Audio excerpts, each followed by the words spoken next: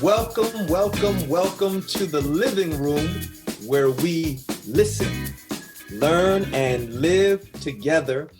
My name is Richard Martin, and I am so glad, as I always say, that you have chosen to spend this time together. It means a lot to me, and I hope that it has meant a lot to you. We have been on a journey of growth, both individually and collectively. I've been truly inspired by the guests who have joined us in the living room through their stories, through their lessons. And I know I'm not the only one who has continued to chew on the nuggets of wisdom that we've received. Another week, another episode, and another special guest. She is a dear friend of mine.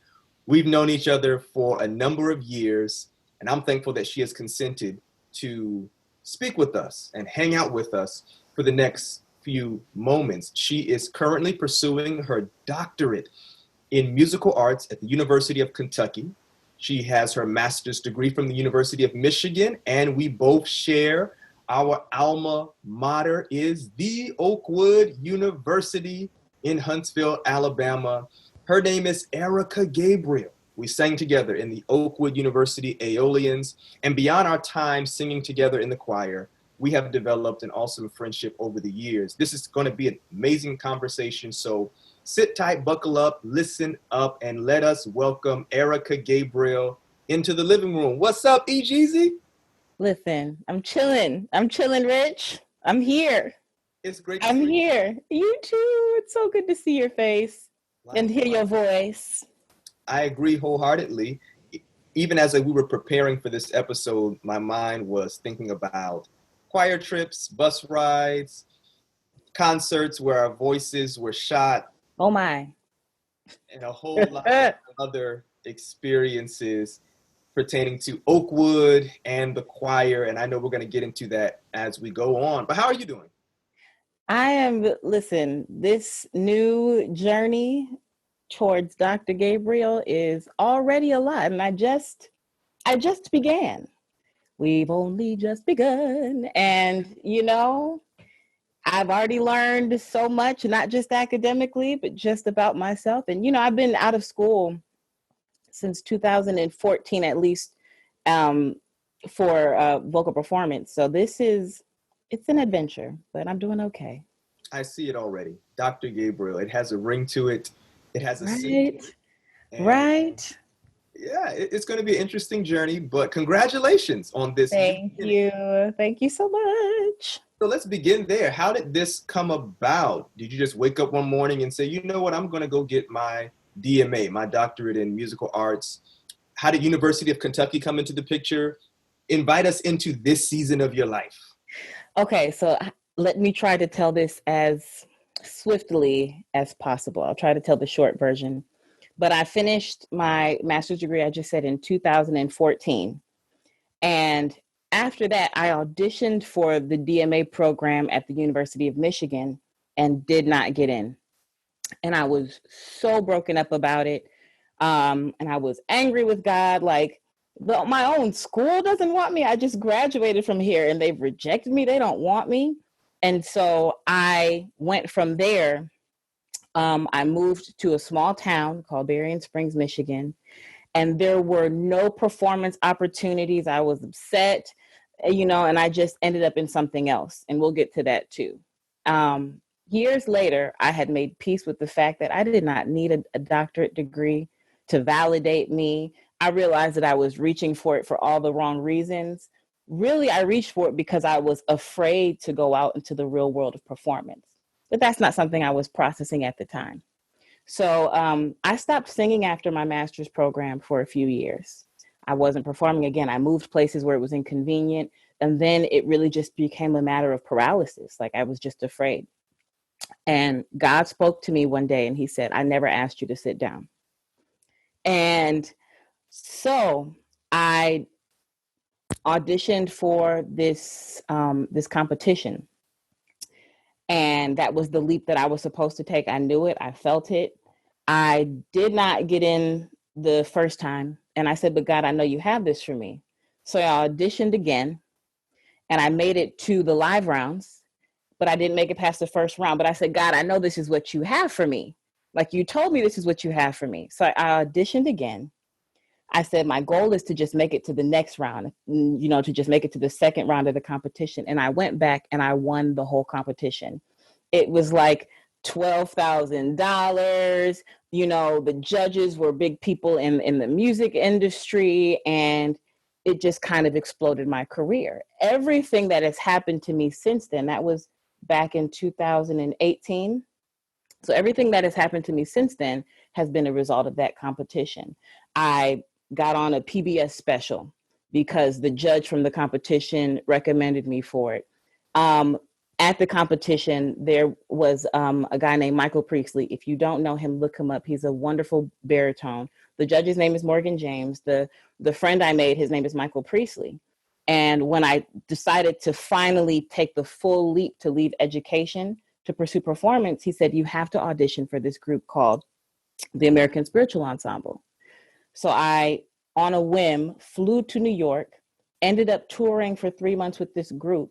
And on the tour, our director, his name is Dr. Everett McCorvey.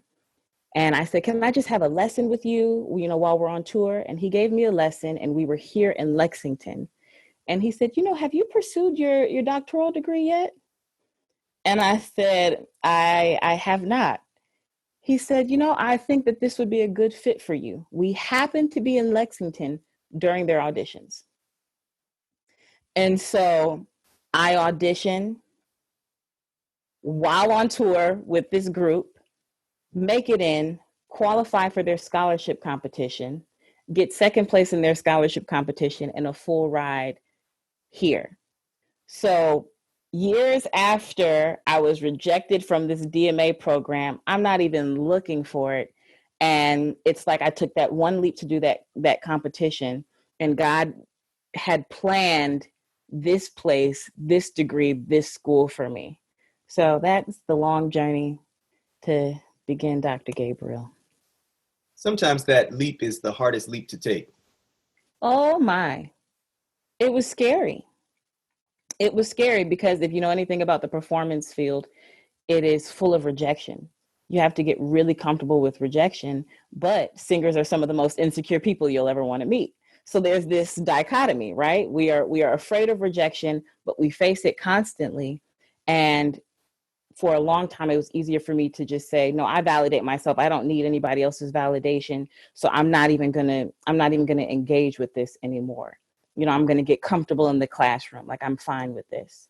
But, there is something to be said about, this is what the Lord spoke to me too. Back when I was at Andrews, just living in Berrien Springs, I was at a family and marriage conference, and I can't remember the couple's name, but they said transparency is a requirement for our ministry. And God told me to write that down. And I said, okay, I'll write this down. But I didn't know what it was. And on that same, sermon, he spoke to me. He said, as long as other people's opinions of you mean more to you than my opinion, I can't take you where you need to go. And so the journey has been getting to a place where God's opinion of me and my own opinion about my identity is more important than anybody else's around, so that I can enter into an audition room. I can be rejected without internalizing it, because I've gotten to a place with God where what he says, is above all else. And he's already spoken over my life. So these other things, me and my one of my best friends, Whitney Morrison, we always say we're not a part of the system. The system is, other people feeling like they have the power to give us something or take it away. We're not a part of that system. We operate on God's system where he's already spoken it. He's already said amen over our lives. And so we're just living in the process of seeing which doors he opens. So you're in timeout because we're not even 10 minutes into this episode, and you've blown me away. I'm confident the listeners are shouting right now, wow, transparency is a requirement for our ministry. That yes. I don't have to internalize rejection. It is not a part of my identity. Let's take a few steps back. Help us understand the nature of a singing competition. So the image that comes to my mind is Sister Act 2. Joyful, joyful. So what is it? What are the expectations? How do you have to come prepared? Do they just present you with a score and you have to sing on the spot? For those who are unfamiliar with it, it's intimidating, I can imagine, but what does it come with? And what does it come with? So what does it come with? And how was your preparation for it? And how did you feel when they said your name, that you had won the competition? Oh my goodness. Listen, so this particular competition, so each competition is different. And like, as a classical singer, we have competitions available to us everywhere all the time. But every requirement is different. So some competitions might require only songs in German. Some are, aria competitions. This competition in particular is really great because I'm a multi-genre singer. And I remember even way back at Oakwood seeing this flyer on Julie Moore Foster's door for this competition. And I remember asking her about it. She said, you're a bit young for it. So this is like an old a professional competition. So the age requirement, I think, is like 21 or something like that. And you'll have competitors that are in their 50s and 60s. They require you to sing throughout the 3 rounds of the competition 9 different genres of music. So you send in your recordings of your first 3 songs. Any singers out there, you should really, I'm doing plugs right now. You should look into this competition. It's called the American Traditions Competition. They're doing an online competition this year because of COVID, but it's great if you're a multi-genre singer. But you go through 9 different genres in your 3 rounds. You're not guaranteed to make it all 3 of your rounds, but each round you'll do 3 different genres, and then another 3 different genres, and then another 3 different genres. So my preparation the first time was I just sent in recordings, and I did not get past the recording process because I wasn't intentionally thinking about my song choices. That's looking back, I think that's what it was. The next year, and the judges changed. So understanding that competitions are subjective is a big part of it.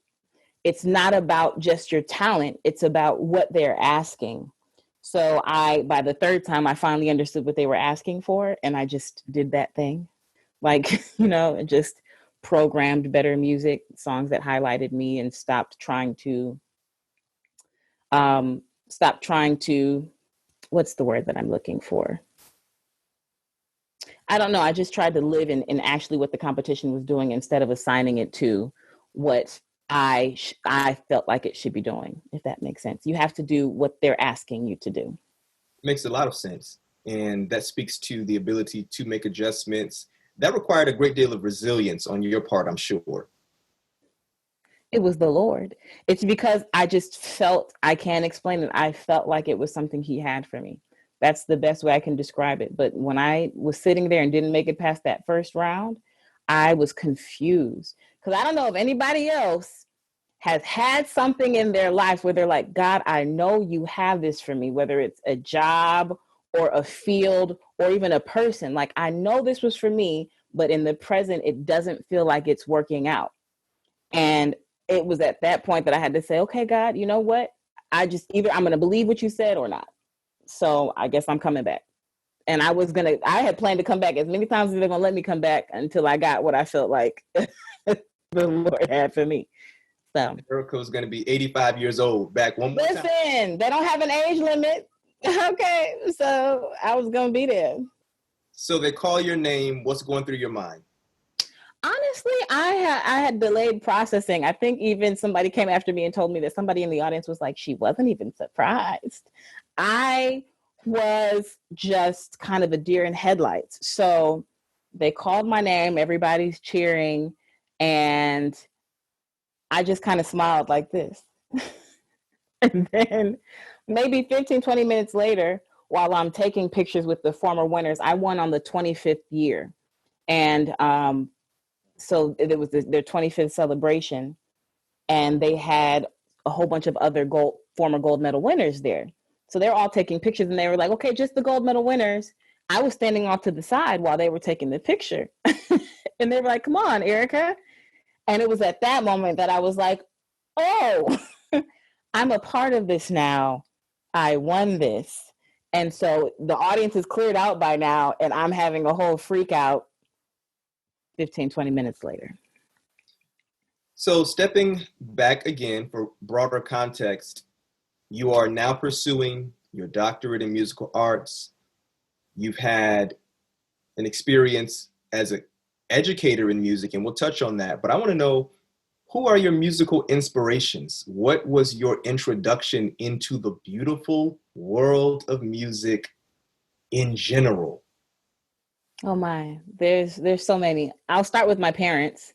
That's got to be my main musical influence. They're both singers, and they were, if anybody's familiar with the Heritage Singers, they met in the Heritage Singers. My dad went down to Oakwood University recruiting singers and recruited my mom right there at Peters Hall for my Oakwoodites. And they went on the road. And so if you don't know anything about the Heritage Singers, they are a Christian group, mostly Caucasian people. And so my parents were the color in that group, for lack of a better term, which means that they have musical sensibilities that are, diverse. So I grew up in a house listening to everything from quartet music to jazz music to the Winans, I'm a Detroiter, to the Clark sisters, to the Aeolians. My mom was an Aeolian as well. So I have all of these things coming at me all the time. And I would say that my mom's main genre is, I call her a jazz pull singer. She's like a jazz gospel singer. And my dad is like strictly like quartet, close harmony stuff. They also started their own group called the Gabriel Singers, which was a lot of close harmony.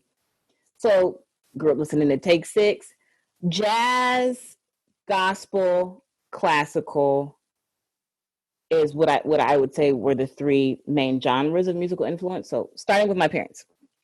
Then Natalie Cole. Guys, Natalie Cole, okay? When I say I probably take most of my musical sensibilities from her, she was my parents' favorite, and so she became my favorite, if that makes sense. And if you've never just watched the Natalie Cole performance, just go and watch it and see the ease with which she sings. And I think my goal has been, from watching her, to sing in a way that people forget that you're singing and are just experiencing communication. And I feel like she does that really well. Now, more than that, I put these singers in the same category: Indy Irie, Esperanza Spalding, Jill Scott, and Norah Jones. These are artists that I try to be like. I would say those are my main ones. Of course, there are classical ones. There's Renee Fleming. I know I'm all over the place, Rich. I'm a musician. What do you want from me? Okay. There's Renee Fleming. There's Jesse Norman. Oh my goodness. I don't even know. Gospel, Kirk Franklin. I'm going to stop before, let's just say I listen to all of the things. And so I'm a multi-genre singer. Did I say that? No, yes, you are a multi-genre singer. And as you were mentioning those inspirations, starting with home, going to Natalie Cole and others in various genres, I can see all of that and hear that in you. Without knowing that these were your streams of inspiration as we've known each other over the years, just as you've given voice to them, I'm thinking, yes, I can see the stage presence, the emotion, the infectious communication when I sing. It's not just about reproducing words that I've memorized, but it's an experience that we're going to have together. So I love that you're able to acknowledge, identify, give voice to the voices that have spoken to you. And you know how they say, even when you were in the womb, music has an impact on you.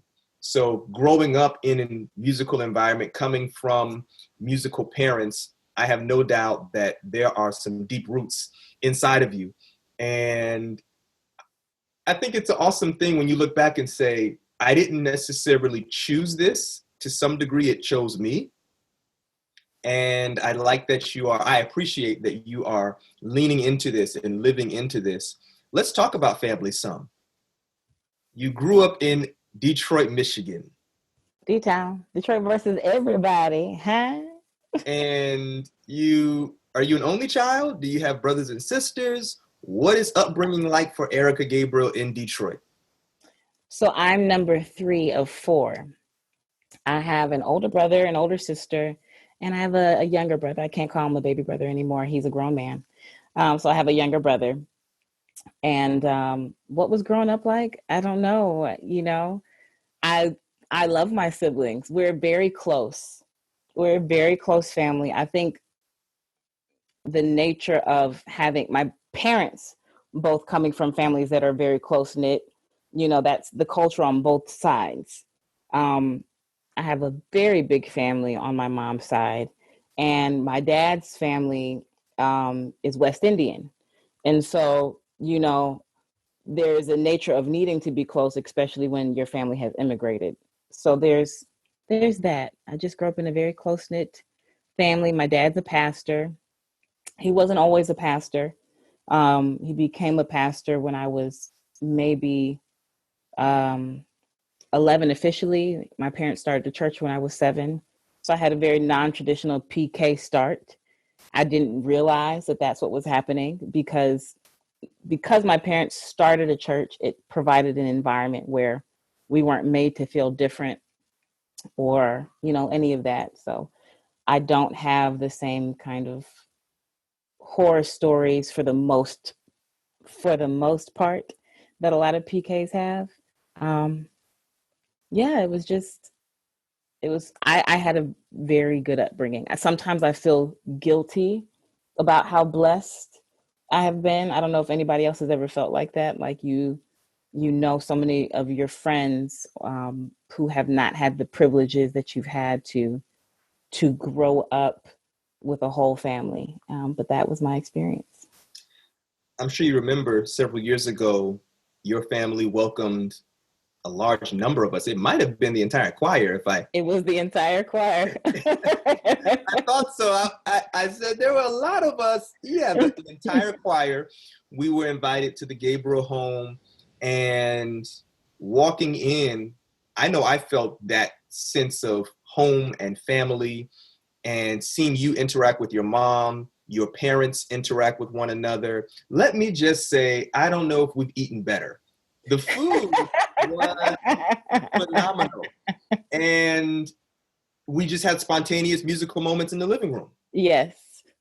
And yep. To see that for myself, coupled with hearing you present that for those who don't know your family, I can say it is true and it is a blessing. And I do hear you that it's easy when you think about what you've experienced to have that kind of, I guess, guilt, but don't feel guilty. It is a blessing. And I'm glad to know you and your family.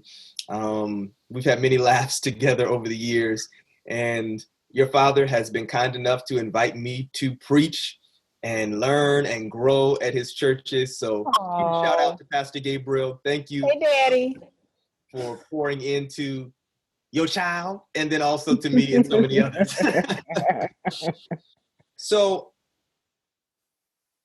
you mentioned that you are the third of 4. So it's a big family. Was it a difficult experience at all discovering who you were? Two brothers, a big sister, or did you always kind of have a sense of, I know who I am. I'm Eric Gabriel. You can't tell me nothing. Oh my.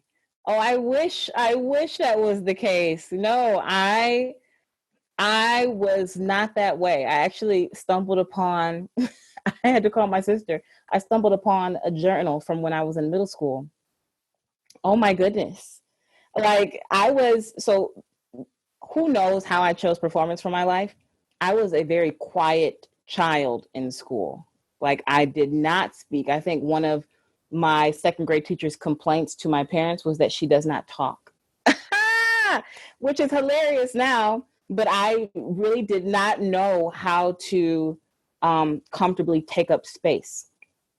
And I was always very different. Understanding now why I was different, there were a number of reasons. First, growing up Adventist, you know, I'm, you know, in public schools. I didn't go to academy. So I went to public school my whole life up until Oakwood. So I'm Adventist. I have a parent who's an immigrant, but these are not things that I'm computing culturally make me different than the people around me. I just felt different. It's the best way I can describe it. I did not make friends very easily. Not that people just didn't like me. It's because I was very afraid to talk, to be seen. And so that also comes from being in a home where, you know, my older brother is extremely charismatic. To this day, he's very charismatic. He works in HR. He's a people person. My older sister, she's a teacher. She talks for a living as well, you know, and she's always been just a very bright, funny, bubbly person. And so I did have a very hard time, even in our home. Like, I was not the singer. You know, I remember being having stage fright. And I remember my mom and my sister singing before I was able to go and sing with them. You know, we have like a little trio as well. I know it was very difficult for me to find my way and my space. Definitely a late bloomer, for lack of a better term. So what contributed to that growth, that bloom, that brought you into who you are now? Music. So I remember telling my mom when I was in high school, I was in my sophomore year of high school, and I asked her, I said, "Mommy, can you please teach me how to sing?" Again, I was not the singer in the home. I wasn't. And I asked her to teach me how to sing. And she was like, you know, I don't know if I would be the best person for the job because, you know, it's hard when it's your daughter.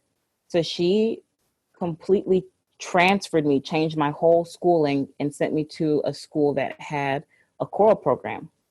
And she sent me to Southfield High School. And I joined the Madrigals. And I started training classically right there. My junior year of high school, I started traveling with their choir and discovering my voice. And so it put me on a stage. My mom, both of my parents, but especially my mom being a little bit more in tune to like me being, you know, a lost child, just really introspective, not able to express. She put me in several things. She put me and my sister in this group called Hands of Praise, which is a sign language choir out of Detroit City Temple Church. And then put me in a choir where I could explore my voice. That was the shift. That's amazing, Erica. It seems like music has served a therapeutic role in your life. Oh, definitely. And for the past several years, you have actually been in the music therapy arena. How did that happen? And what is music therapy? So music therapy is it's a field of therapy, just like, you know, you have occupational therapy or physical therapy. Music therapy is its own field in which you use music as the therapy, as the treatment plan. It's the basis of your treatment plan. Whereas some therapists can use music in their therapy. I'm in school for music therapy, so I don't have my certification yet, but the goal is to use the music as the healing tool for whatever it is, whether it's emotional, physical, pain management. There's the other cool thing about music therapy is there's a wide range of ways that you can use it in a wide range of settings. I got into it going back to our original conversation when we moved to Berrien Springs and there was no performance opportunities. I ended up substitute teaching and I was mad about it. Okay. I said, I just graduated with a master's in performance and I'm substitute teaching. Because if anybody knows anything about Berrien Springs, there's not a lot of much of anything around there. Okay. I know a lot of us have traveled that way. So in the sub orientation, they highlighted a school called Blossom Land Learning Center, which is a school for diverse learners, those with disabilities from the ages of, I think they start at 3 or 4 all the way to 26. And I remember looking at that school, the video of the school, and I was like, that's intimidating. I wouldn't even know what to do with that population. I'm staying away from there. One day it was the only job available. And so I took it and I went, and I left that day crying at how beautiful the student population was and how moved I was by just the whole experience. Soon after, I got a long-term sub position there and ended up kind of being the stand-in for a para that didn't come back for the rest of the year. And I started to, the classroom that I had was a group of 5 boys, and they were mostly nonverbal. They were age 8 to 11, but maturation wise, they were probably 4 or 5. And I remember starting to engage with them with my natural ability, which was music. And things would start to happen. For example, one child was nonverbal. He would only communicate in sounds, and he could have violent outbursts. But before he would have those violent outbursts, his sounds would change. He had calm sounds, and he had sounds that were, revving up. And so when he would start to rev up, I would begin to echo his calm sounds until he began to echo me. And they were very melodic sounds. Then I sat into their actual music therapy session, and I realized that this was a whole thing that I had no idea about. Like that there was a whole another piece of music that I had been missing, because we all understand music to heal abstractly, but I didn't know that there was a way to not just know the what, but the how and the why. And so I asked the music therapist, what is this? How can I get involved? And it took me quite a few years to actually begin to take the courses, but I knew from then on why I was at that school, and it was to introduce me to that. So that's music therapy. It's a beautiful, beautiful field. Music and music therapy is used as the means toward healing. So you are echoing sound. Are you ever singing to students? Are they singing to you? Is this music played through a stereo system or iPods? All So of the above? so there's lots of types. So that echoing, that was me naturally doing something with music but I didn't know the how. So now being in school for this, there is recorded music there. You can use recorded music for a therapy session. You can use live music. You can use improvisation. It's basically just like you would prescribe different things for different ailments. You would prescribe different types of music experiences or music interventions for different things, for different populations, right? For example, for a dementia patient, you would probably use music that is familiar, right? So you can play the live music, or you can play pre-recorded music. You could do improvisation, but for that population, you're going to want to bring back to remembrance things that are familiar and invite them to engage in that way. For autism spectrum disorder, you might use improvisation, right? Because your goals for that population are going to be different than for, a population with dementia. There's also, guided imagery. So where you're literally playing pre-recorded music for patients to kind of help them get introspection into themselves, and they create their own images from the music that's being played, and you just guide them through the images that they're processing and help them to understand what they're feeling based on what images the music is helping them to create. It's kind of amazing. It's amazing. That is amazing. And as I'm hearing you explain music therapy, the image that comes to my mind is you and I and our peers back at Oakwood in the choir loft of the Oakwood University Church. At the prayer moment, for several years, the song that led into intercessory prayer was Richard Smallwood's Healing. or a balm in Gilead, as some might know it. And the chorus says, there's healing for your sorrow. Oh, yes. There's healing for your pain, healing for your spirit, shelter from the rain. Lord, send the healing. For this we know, there is a balm in Gilead. Oh, yes. And that's a word. When I think of music, when I think of therapy, when I think of healing, I also think of tests, disappointments, challenges, that where there is healing, at some point there were unexpected hurts, there were disappointments. You've invited us preliminarily, at least, into some of them. 2014, you graduate with your master's. The expectation, the desire is, let's get this doctoral program going. Let's spend a few moments talking together about dealing with and learning from disappointments. You've already dropped nuggets on us, but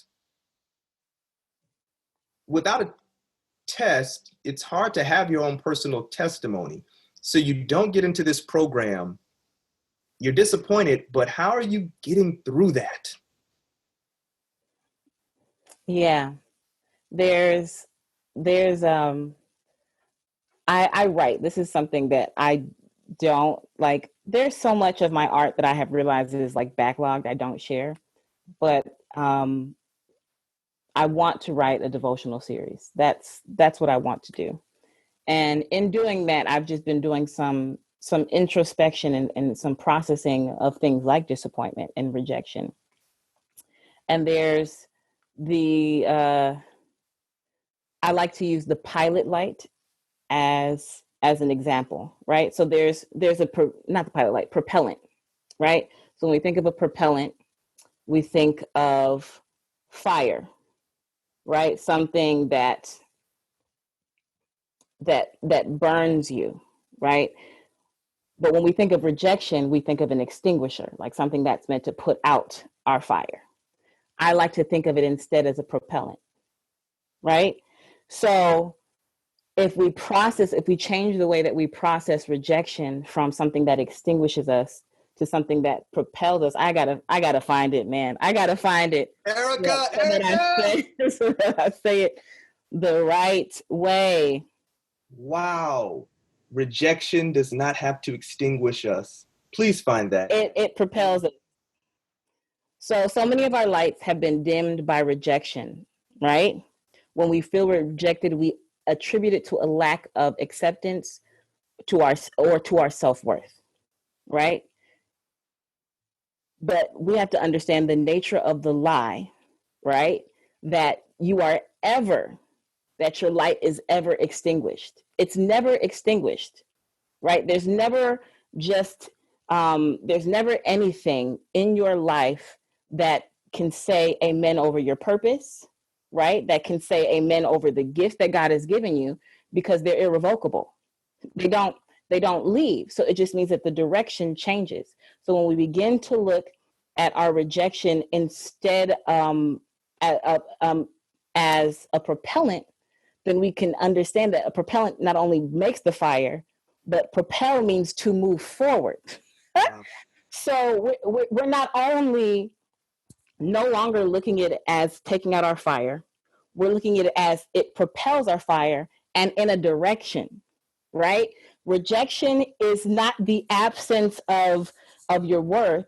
It's the moving forward of your worth in a different direction. The direction never stops. The path doesn't stop. You just move in a different direction. And that's how I began to process my disappointments. Okay, God. So if my gifts are irrevocable, so that must not mean anything about my worth. It just must mean you're putting me in a different direction. And the Michigan University of Kentucky story is a perfect example. At the time, I was looking at it as I should no longer perform. This has said that this performance thing is not for me. And so I stopped singing. Instead of saying, God, you're sending me in a different direction. Because if I had done that DMA program at Michigan, I would never have found music therapy the next year, right? I would have never won that competition. I would have never had all of these experiences that led me to be in the place where I'm actually ready to receive this DMA program without attributing my worth to it, right? God can't always give you the thing that you want to have because you'll put your worth and your value in it, right? So sometimes he has to remove a path, but he's never telling you that the gift that I gave to you is now revoked. And I think that's how we have to internalize rejection. It's never revoked. It's only propelled in a different direction. You're pursuing a doctorate in musical arts. Are you sure you're going in the right direction? That was not just a portion of a word. That was a whole word. That rejection is a propellant. It ignites the fire, and it also sends it in a direction. Oh, thank you, Lord. Thank you, Lord. Listen. Wow. Huh? Yes. The stone the builders rejected has now become the cornerstone. Cornerstone. Oh my. That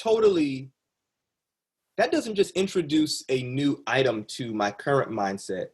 That invites me, and I'm sure the listeners as well, to embrace a completely new mindset. Because I think that even in mainstream media, rejection is depicted as something that should break you down, that should cause you, as you've mentioned and you shared quite transparently, I stopped singing.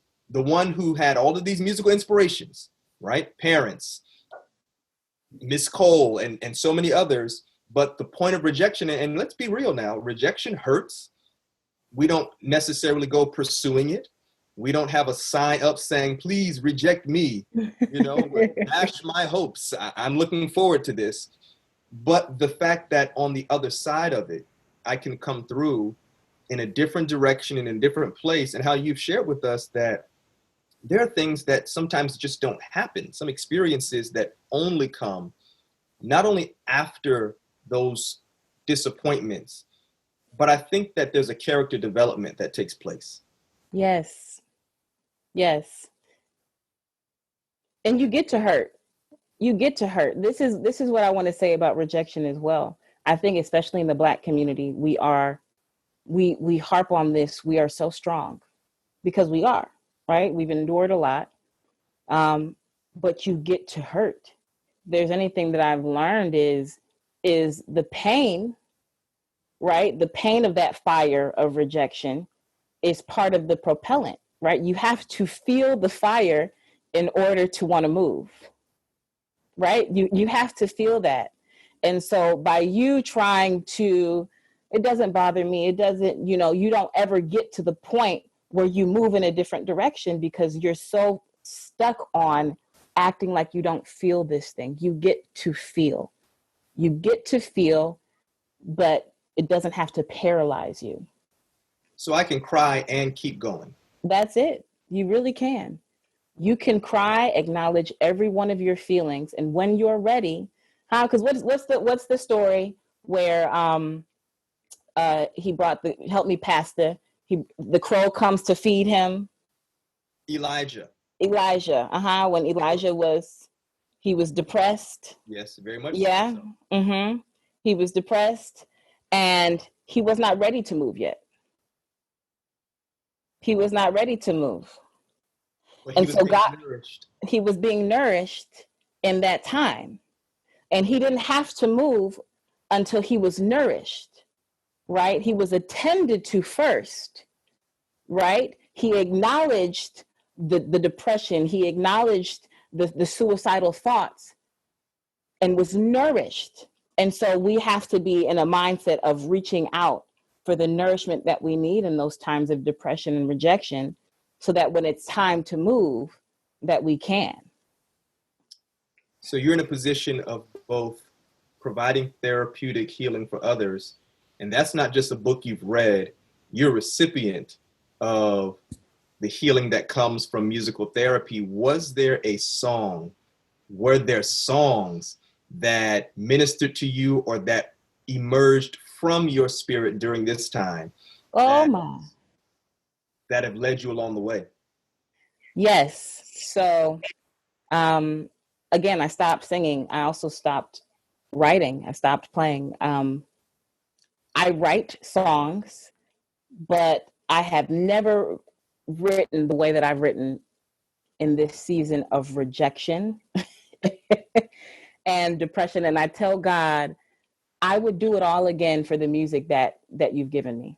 I would do it all again because it would not have come without the experience, without the hurt, without the sadness, without the pain.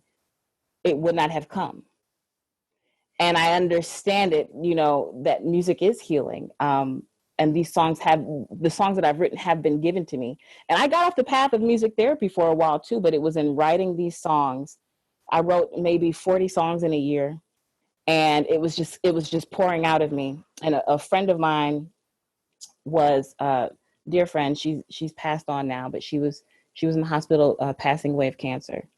And I went up to the hospital, and this is one of the songs I played. I played the guitar for her, and her sister was a chaplain, and she asked me, "Have you ever thought about music therapy?" And that was my cue to, okay, so this is something I'm still supposed to be doing. But I'm going to play one of the songs that I wrote during that time. Hopefully it comes through in the Zoom. Can you hear me all right?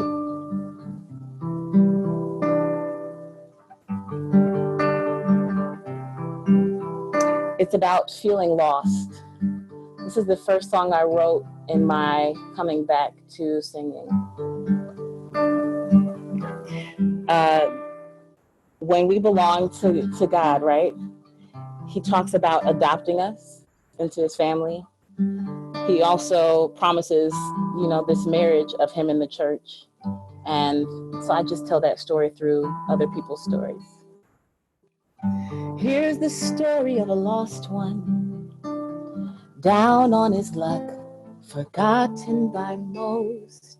Spent his young life waiting to be wanted.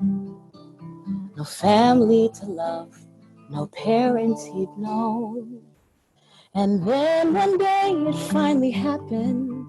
He knew as soon as they walked through the door that these were those God sent to love him. These were the words from their hearts poured. They said, "We have searched the whole world through, and we would search again to show you right where you belong. And if you ever forget again, remember, finders, keepers, you're mine." Here's the story of a lost one. Heartaches and pain, too many to name. Belief in love was only a fable. She'd given up, 'cause she'd given all. And then one day he turned the corner, his eyes so warm, so kind. Years later they stood at the altar. He made his pledge and gave his vows.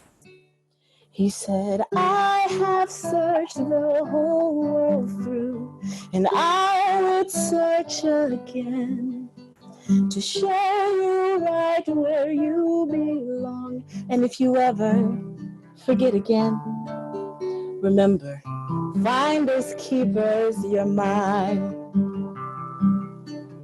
Oh, to belong is the heart's greatest desire.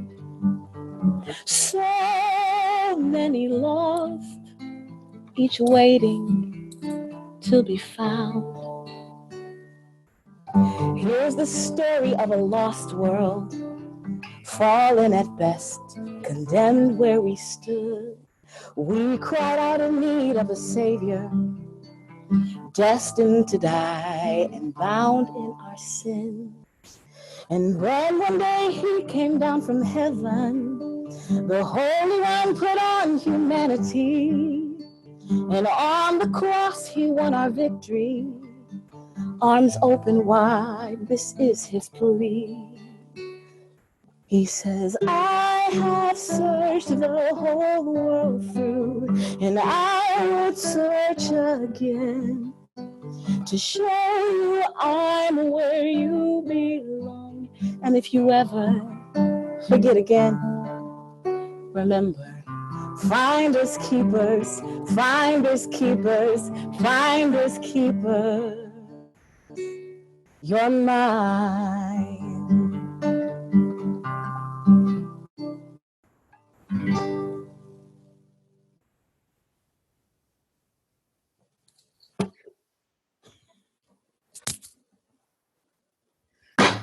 Erica!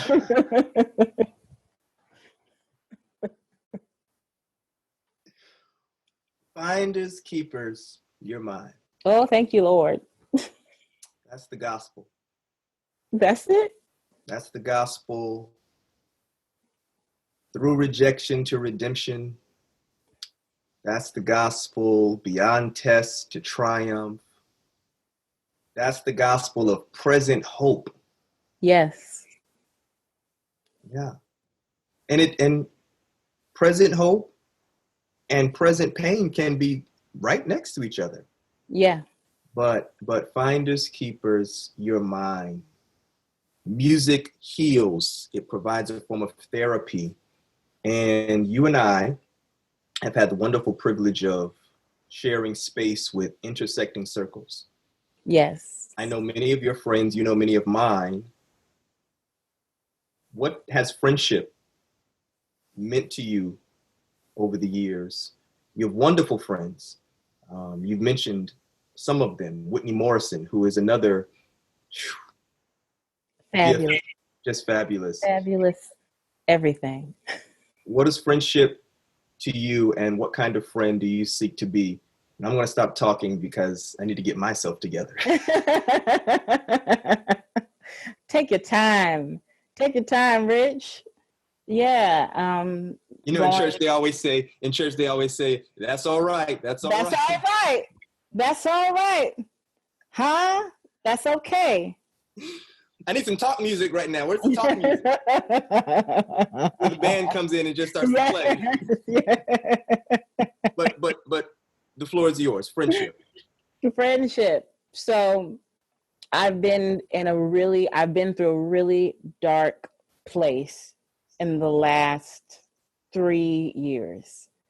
And there were some things that I honestly believed I would not make it through.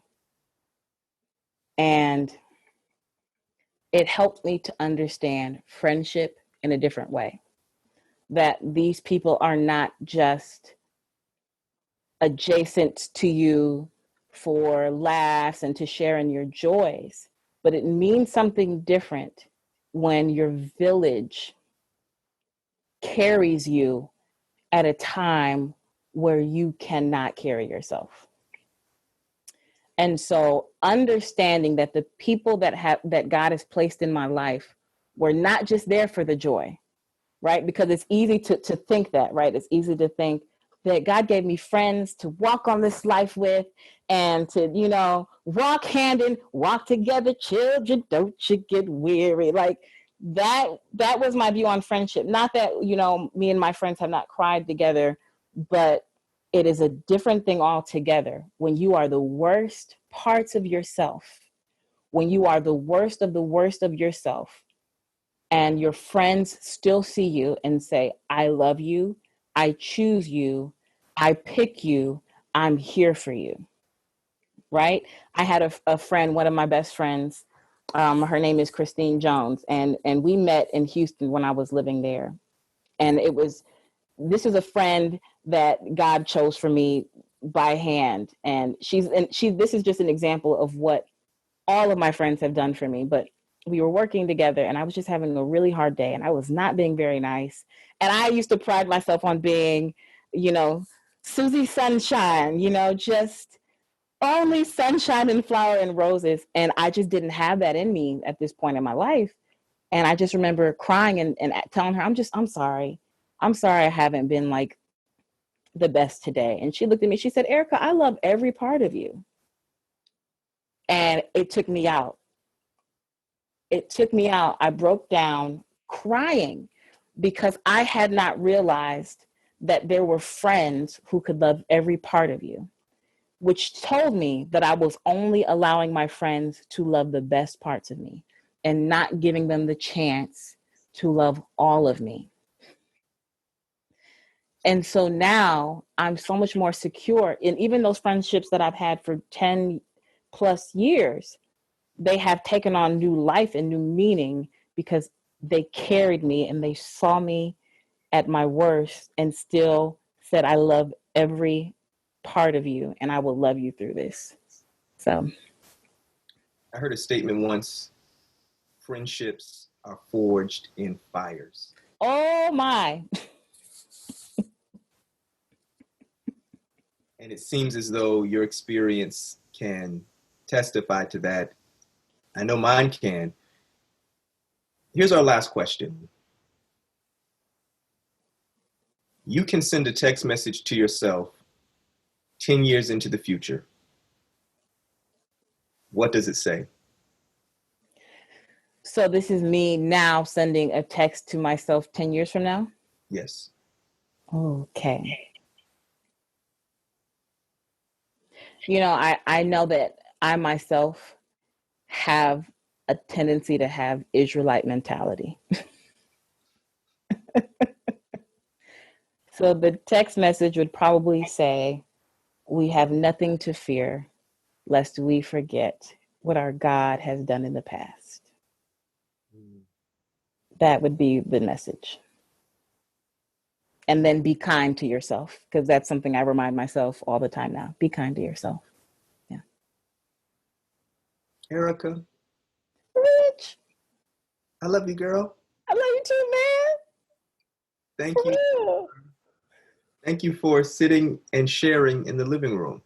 Yes, thank you for having me. This has been more healing. There's something about retelling your story that reaffirms the healing that you're already achieving. So thank you for giving me the opportunity, to share and to reaffirm my own healing.